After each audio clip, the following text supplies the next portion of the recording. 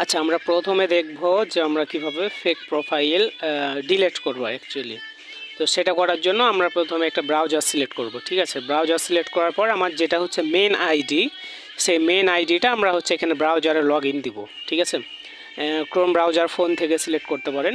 আপনি হচ্ছে মেন আইডিটা ব্রাউজারে লগ ইন দিবেন। লগ ইন দেওয়ার পর একটা হচ্ছে নিউ ট্যাব নেবেন। ঠিক আছে, নিউ ট্যাব নেওয়ার পর ওই নিউ ট্যাবে আপনার যে হচ্ছে ওই ফেসবুকটা এখানে লগ ইন দিবেন। যেমন হতে পারে আমার হচ্ছে, আচ্ছা আমার এই আইডি একটা, এটা হচ্ছে আমার আইডি, আমি এটা হচ্ছে নিউ ট্যাবে করলাম, নিউ ট্যাবে নিলাম।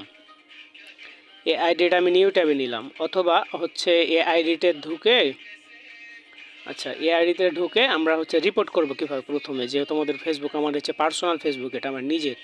রিপোর্ট করার জন্য আমরা প্রথমে এই যে এই থ্রি আইকন আছে, এই থ্রি আইকনে ক্লিক করব। থ্রি আইকনে ক্লিক করার পর এখানে লেখা আছে যে রিপোর্ট প্রোফাইল, রিপোর্ট প্রোফাইলে ক্লিক করব।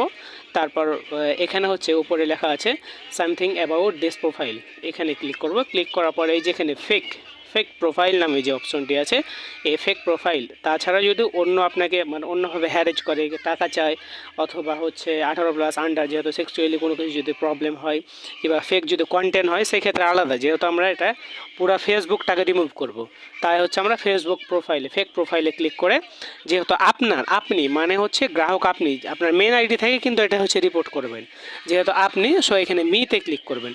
মিতে ক্লিক করলে ডান হয়ে যাবে। ঠিক আছে, মিতে ক্লিক করলে ডান হয়ে যাবে। যেহেতু আমি আমার এই ফেসবুকটা রিমুভ করতে চাইছি না, এই জন্য আমি এটা করছি না। আপনি মিতে ক্লিক করে ডান করে ওকে, আর কিছু করা লাগবে না। 24 ঘন্টার মধ্যে এই ফেসবুকটি রিমুভ হয়ে যাবে। ওরা হচ্ছে এটাকে যাচাই বাছাই করবে যে আপনি অরিজিনালি জেনুইনি আপনি, না হচ্ছে আপনার মানে আপনিও ফেক।